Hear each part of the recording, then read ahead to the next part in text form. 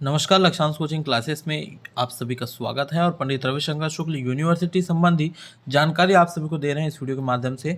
पहले ही हमने बता दिया है कि कब से कब तक आप फॉर्म भरेंगे। रेगुलर और प्राइवेट का परीक्षा फॉर्म आ गया है। वो वीडियो देखा नहीं है तो चैनल पर जाकर वीडियो देख सकते हैं। फिलहाल हम आज बात करने वाले रेगुलर विद्यार्थी के लिए निर्देश क्या दिया गया है, प्रैक्टिकल कोर्स वाले विद्यार्थी क्या करेंगे, पर्यावरण से संबंधित जानकारी के बारे में हम बात करेंगे। तो इन सभी को आपको बारी बारी से समझाएंगे, पूरे निर्देश को बताएंगे, क्योंकि इसमें बहुत सारे छात्र गलती कर देते हैं, समझ में नहीं रहता उनका।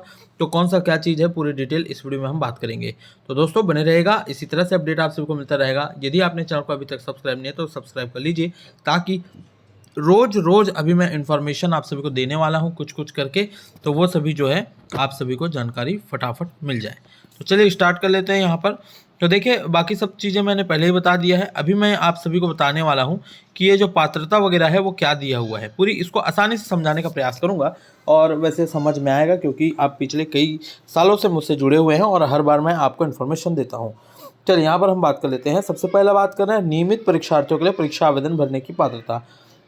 और जो रेगुलर छात्र हैं उन सभी के बारे में जानकारी देना चाहूँगा कि जो 2021-22 के लिए जो रेगुलर छात्र छात्रा जो कॉलेज में पढ़ रहे हैं, उनकी पात्रता अनुसार स्थायी रूप से प्रवेश लिया है और उनकी कक्षा में 75% होगा। उपस्थिति उनका 75% होना चाहिए। साथ ही नियमित परीक्षार्थियों के रूप में परीक्षा पत्र आवेदन पत्र भरने के लिए पात्र होंगे से सभी आवश्यक शर्तें प्रावधानुसार होगी। तो भाई ये 75%, बहुत सारे छात्र ऐसे होंगे जो कि कॉलेज जाते नहीं, अटेंडेंस लगता नहीं, 75% नहीं है, तो क्या करेंगे? तो कोई टेंशन नहीं लेने का है। आपका एग्ज़ाम फॉर्म भराएगा, सबमिट भी होगा, ठीक है, कुछ नहीं होता। ये तो लिखा जरूर है, लेकिन आपको दिक्कत करने वाले कोई बात नहीं है, ठीक है। 75% तो वो हो जाता है। पहला असमंजस दूर हुआ। दूसरी बात करेंगे यहाँ पर, देखिए जो यूजी वाले छात्र हैं जो सेकेंड ईयर और फाइनल ईयर में, किसकी बात कर रहे हैं हम लोग? सेकेंड और फाइनल ईयर की। तो जो सेकेंड ईयर और फाइनल ईयर में हैं उन सभी के लिए पूर्व कक्षा की परीक्षा उत्तीर्ण होने के साथ साथ पूर्व परीक्षाओं में पर्यावरण अध्ययन विषय में उत्तीर्ण होना आवश्यक है। जो क्योंकि देखो नियम क्या बोलता है कि पर्यावरण को हमेशा फर्स्ट ईयर में, पर्यावरण क्या का हमेशा फर्स्ट ईयर में पास होना चाहिए।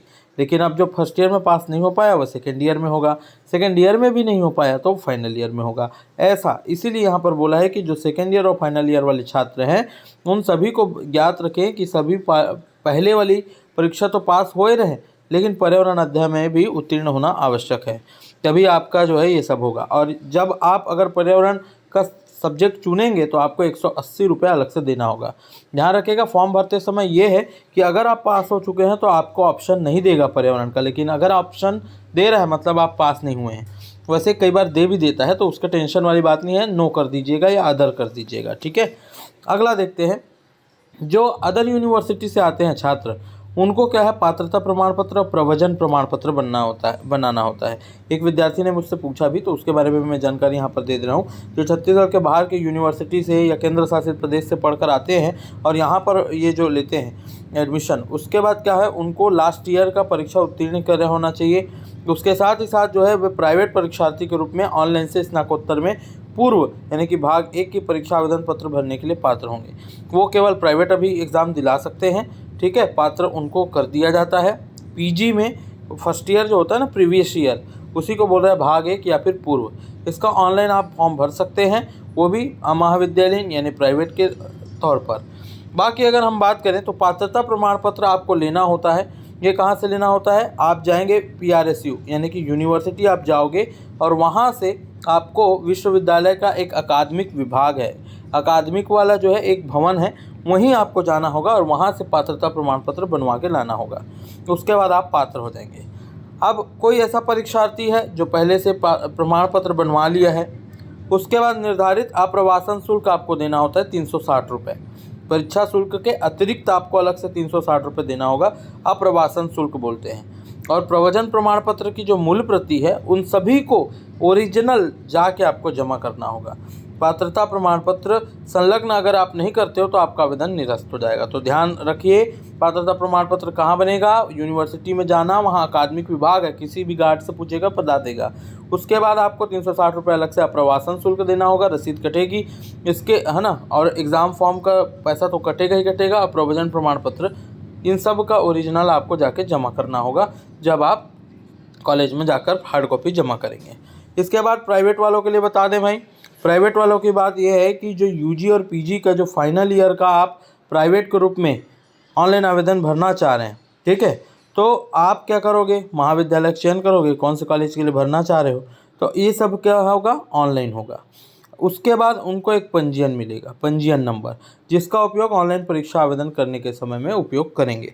बात को समझिए, मैं क्या बोल रहा हूँ, जो यूजी वाले हैं और पीजी वाले हैं, ये जो कैसे छात्र हैं, इन लोग प्राइवेट वाले, ये प्राइवेट वाले जो कॉलेज में आपको फॉर्म भरना है, उस महाविद्यालय के लिए ऑनलाइन जब फॉर्म भरेंगे तो उससे पहले आपको उस महाविद्यालय में जाके पंजीयन कराना होगा, ऑनलाइन रजिस्ट्रेशन बोलते हैं जिसको।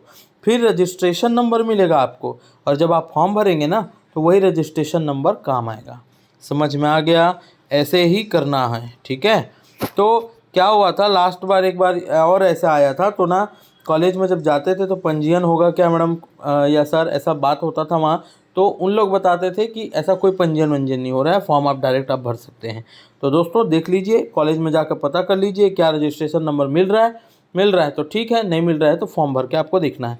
वैसे मैं फॉर्म भरने का पूरा प्रोसेस बताऊंगा, तो कहाँ पर कौन सा नंबर लग रहा है पूरी जानकारी हम बात करेंगे, कुछ दिन रुक जाइएगा।